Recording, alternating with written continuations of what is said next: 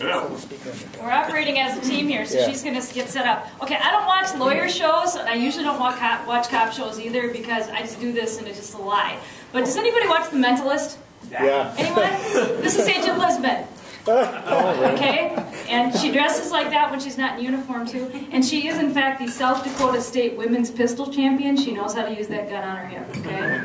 This is Lori Ellering. She's a sergeant with the St. Cloud Police Department. She's been with the department for 16 years, worked as a patrol officer and a school resource officer for Superintendent Watkins before she was promoted to the rank of sergeant in 2000. She then spent 5 years assigned as the sergeant of the Criminal Investigation Division, which if you watch The Mentalist, okay, that's what they do. It's the investigators. She's the chick in charge, okay? She is currently a sergeant in the Patrol Division and is the logistics director for the Canadian American Police and Fire Games, which are being held here in St. Cloud in 2012, and that's what she's here to talk about today. She is a graduate of St. Cloud State with a master's degree in Public Safety Executive Leadership, graduate of Northwestern University School of Police Staff and Command, also an adjunct professor with Alexandria Technical College and St. Cloud State University. Ready yet? I am, yep. And apparently an IT specialist. I got lucky. I got really lucky. So can everybody hear me okay? Yes. I'm a cop, so I'm loud. So I apologize for that. As Janelle said, I'm here to talk about the Canadian American Police and Fire Games. Does anybody know what that is? Raise your hand if you've at least heard of it. Oh, great. Okay, I can go. I didn't bring any money, so I don't know if you guys take debit, but apparently you have to pay to talk, so I'm a little bit afraid I didn't bring any cash today. My goal today is to kind of share with you guys what are the games about, how are they going to benefit our community, what does it mean, why are they coming here, and what can we do to enjoy the benefits that are going to come to our community as a result of it. So, I tried to get them changed to the American-Canadian Games, but they wouldn't let me do it.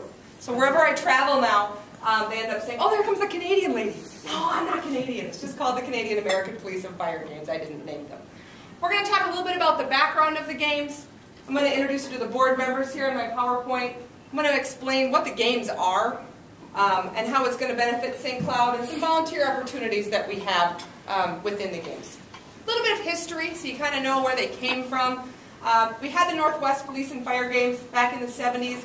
That group kind of kept growing and growing and growing, and they finally decided that basically that Northwest United States area was kind of being tapped out too much and they wanted to expand it. So they formed the Canadian American Police and Fire Games Federation in 1996. The games occur every other year. We kind of think of them as the Olympics for police and fire. So they happen every other year, and they move throughout the U.S. and Canada.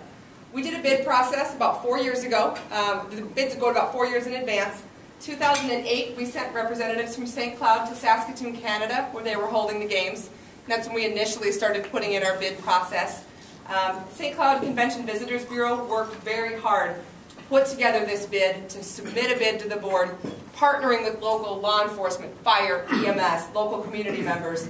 We put in a bid. The Federation Board came to St. Cloud in May of 2009. They loved our community, they loved our facilities, and we won. You guys know what it's like to win a big award like that? Yeah, okay, we won. And then the work began. So everybody that decided we were going to do this, and then they went, this is a lot of work. So that's where I come in. As Janelle introduced, I'm the logistics director. We've got 55 events and 36 venues. That's kind of what I do. I'm in charge of getting this there and making sure we have venues for every event, making sure our events are scheduled and that sort of thing.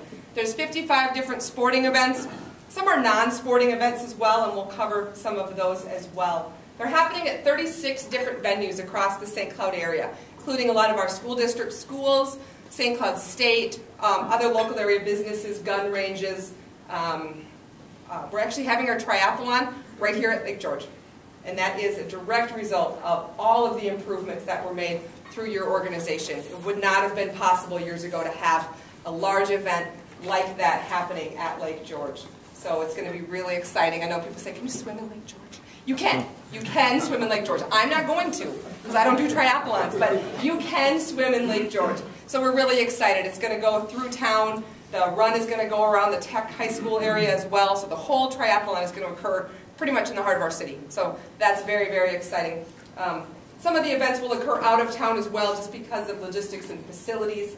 So, we don't have a rifle range necessarily that we're going to be using. We're going to use Elk River.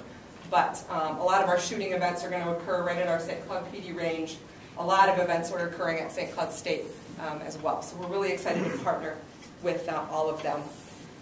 Charities, I'll get a little bit more into that. Sponsorship and volunteers. So what are the games? Basically, they're designed to promote physical fitness and camaraderie amongst law enforcement, fire, and EMS. So that's kind of the original goal of the games. What has sort of come out of that is it's also a huge fundraiser. So that's kind of the exciting part about it. The fun part about it is the camaraderie piece of the games. They're happening June 24th to July 1st, so this upcoming summer for one full week. It falls right at the end of Granite City Days. So Granite City Days ends on that Sunday, the 24th, and then it rolls right into there. Here's our executive board members. Some people you probably recognize: police chief, fire chief, chief deputy, the mayor, several other people, the sheriff of Sherburne County, Ron Sebring from St. Cloud State, Julie Lunning and Kelly Sayer from the Convention Visitors Bureau, Marge Hawkins from the school district, John Oxon is a community member who's been involved on many levels throughout the district, or throughout St. Cloud State, Dave Hessian's a retired deputy, Pat Ellering from the fire department, yes, there's a relation, it's my husband. Marty Sayer, Kelly Sayer, also a relation, as you can notice the theme here. So, and Tom Trebalio with Gold Cross. So, a lot of community members involved. I don't ask you to memorize this, there will be no quiz. The only quiz is, what are the Can-Am games? Okay, if you know that one, I've done my job. I just want to show you kind of give you an understanding of the broad areas that we're going to be covering and how many people are involved on a volunteer level. Some of the stuff that we do is on duty. Like right now, this is part of my job assignment, but a lot of the other stuff we do is off-duty volunteer work as well. So it's a little bit of a combination for some of us in the higher ranks. Who's eligible to participate? The broad version is police, fire, and EMS. This is the formal version. It encompasses corrections officers, dispatchers, as long as they're government employed, seasonal firefighters, the smoke jumper firefighters, retired firefighters. So if you do have more questions about that, you can ask me, or you can check on the website, which is provided in all the brochures that I handed out there. And their spouses. So that's good as well. Here's the schedule. I don't expect you to see it. I just want you to understand that all of the events that we're having, and it ranges everything, angling. That's the Canadian word. We call it fishing here. We're like, we really have to call it angling? Come on. Archery, basketball, bench press, biathlon, things like chili cook-off. We needed the firemen to have something to do. I'm a cop. I can pull that off. There's a little infighting in my house with my husband. It's good. He's a firefighter. It's awesome. Cross-country, all the running events. We're going to have a criterium cycling race that's also going to go through our downtown and Tech High School area. Emergency vehicle operation, all of the pistol stuff, a golf tournament, everything, you name it, SWAT competitions, swimming. Everything will be open to the public as well for viewing, except for the SWAT competition. The SWAT guys don't like to be watched, I guess. They're a little more edgy than that. But you can come watch the swimming, the running. We're going to have a half marathon on the Wobegon Trail. So there's going to be just a huge, huge amount of people coming to our community. We're expecting between 1,500 and 2,000 competitors is our goal. And then you add their families to that. So we're talking a lot of people coming to St. Cloud. I'm going to show you a few slides. I have to change this. The opening ceremonies are not at the MAC anymore. Darn it, I thought I had this updated. They got too big and they've been moved to Husky Stadium. So they got a little bit bigger than what we could house at the MAC, and we want to land a helicopter and stuff, and the MAC didn't want us to do that. I can't imagine why, but Husky Stadium will let us land a helicopter, so we're going to move it to there. Diamondback is going to play, and that's an open public ceremony. That's going to be really cool. We're hoping to have RCMP, Royal Canadian Mounted Police, St. Paul Motorcycle Squad is going to come up and do a demo. We're going to have about 100 canine officers up here with their dogs for that. So it's going to be a really, really cool opening ceremony, and that we hope is going to be a big community event. We want the community to come. Like I said, Diamondback is going to play, so we really want that to be a really big community event. I'm going to show you just a few slides from the Dublin, Ohio games, which were in 2010, just to kind of give you a little bit of a feel of some of the events, the opening ceremonies.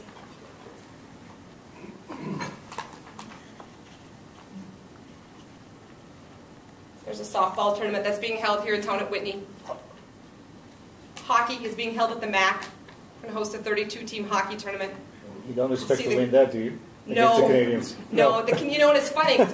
I was giving this presentation to, I believe it was the Minnesota Police and Peace Officers Association, and I made that comment, and I said, don't worry, there's 2 tiers, you know, so you enroll yourself in whatever tier you want. And I tell you what, Duluth PD was ticked off. We will go, and we will win, and we don't care what the Canadians. I said, these guys, these Canadian firefighter teams, I don't think they're actually firefighters. I think they just make that up. It's crazy. We had phone calls. My husband went to a hockey tournament in East Grand Forks, where they have this big firefighter hockey tournament every year. And the Fort McMurray, Canada guys, they were calling us a week later, can we register yet? Can we register yet? I mean, they're ready to roll. So it's going to be a lot of fun. If you like to watch good hockey, it's going to be really fun. And that will be out at the MAC. So, Toughest Firefighter Alive competition. That's going to be pretty cool to watch. It's going to be held out at Fire Station 2. It's kind of a series of events. It's a pretty big thing for them. There's darts, for those of you who are not that athletic. We like to keep everything. Every night there's a medaled event that's a social. Darts, foosball, billiards. Kind of a way to keep people together in the evening hours. And to bring in people that maybe aren't going to want to come and do a triathlon. You recognize Bill Mund? He was at the Dublin Games. Racquetball. Squat.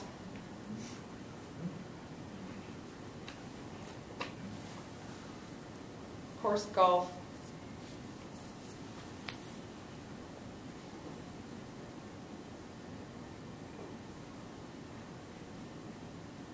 Of course, socials. For cops and firefighters, we have to have socials.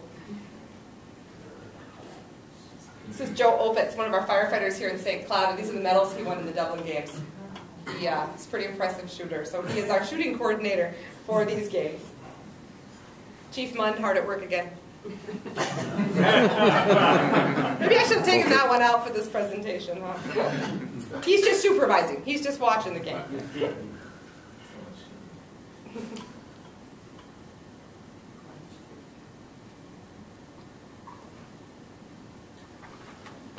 Submission grappling is going to be occurring at St. Cloud State, along with all of our powerlifting events. Toughest Competitor Alive is kind of a decathlon sort of event.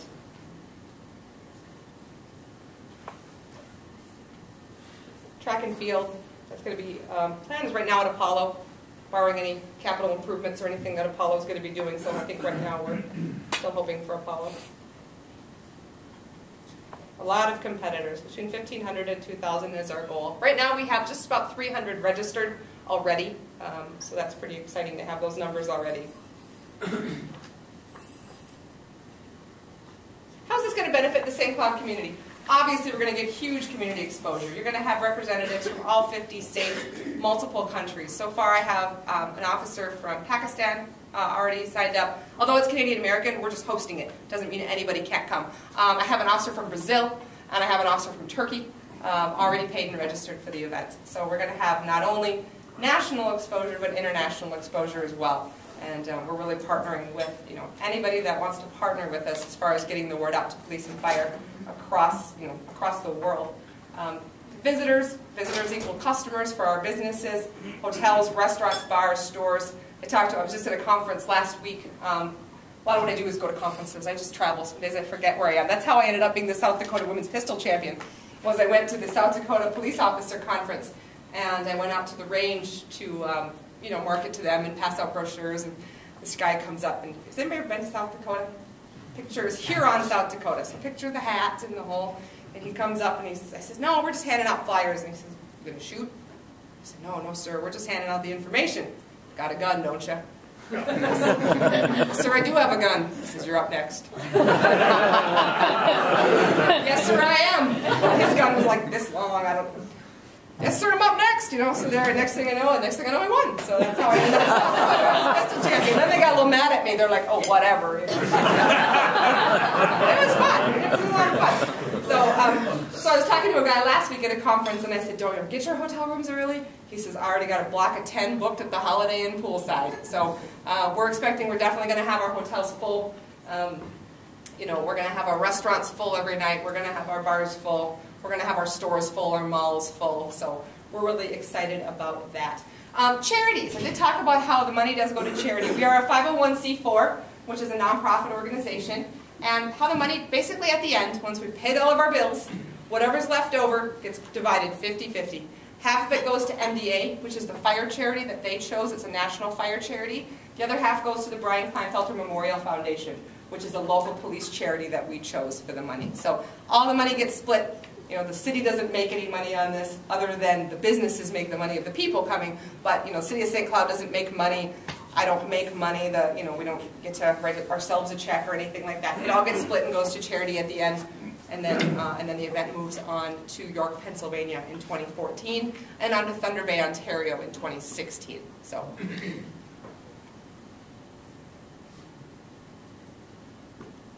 Covered our charities. These are a few of the businesses that have sponsored so far, just to give you guys an idea of what businesses we've been working with so far in the community.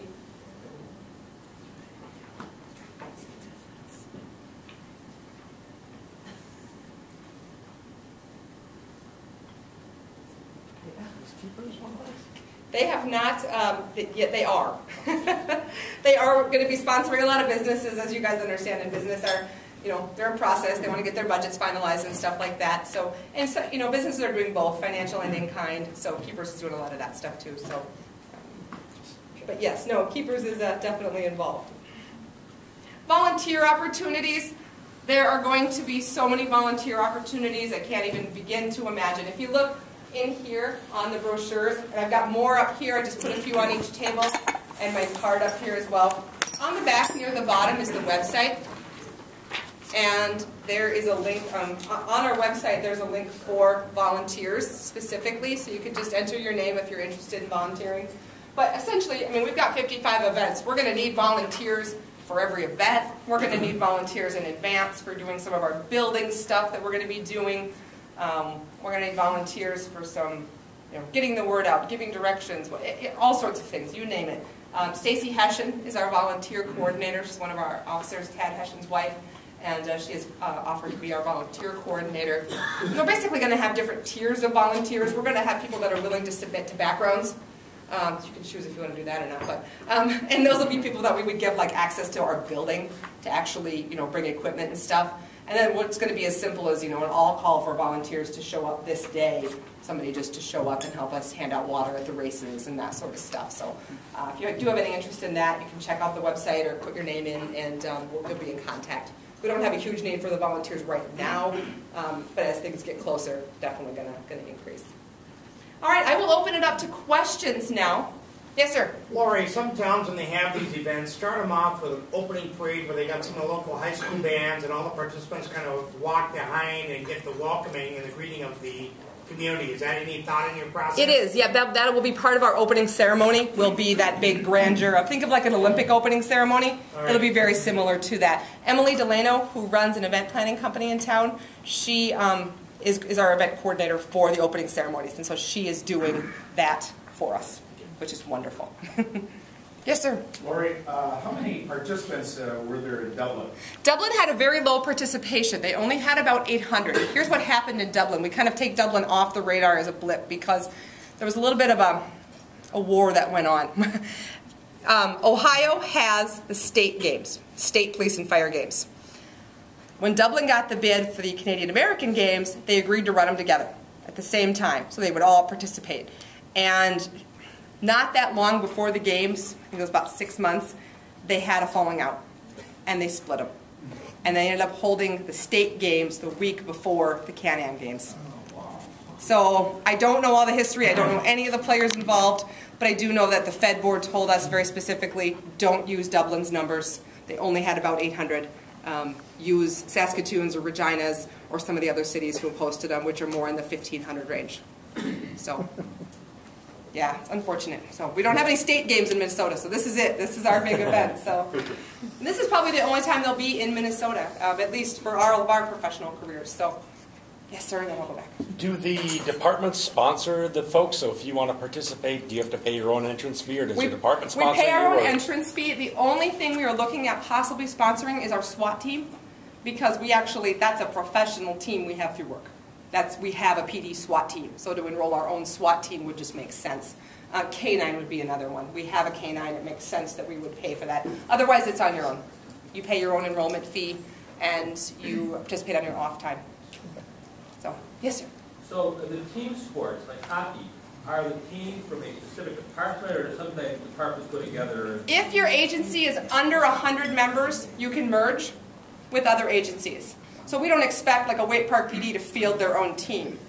But if you're from like a St. Paul PD, then you would need to be fielded from St. Paul PD. They did grant an exception. Duluth is slightly over 100. However, they have a pre-existing hockey team that plays in other tournaments, and they have allowed them to enter because they're a pre-existing team and they're right on that 100-member border. And you said in hockey there are two divisions. How do those divide up? You self-enroll. So you choose. It's the honor program. So, and I think it'll be readily obvious if one team comes in and, you know, if they're from Canada, you go to Tier 1. That's just the way. No, just kidding. Just kidding. No, it's kind of like a softball. It's like a softball league. You self-enroll what you feel is appropriate.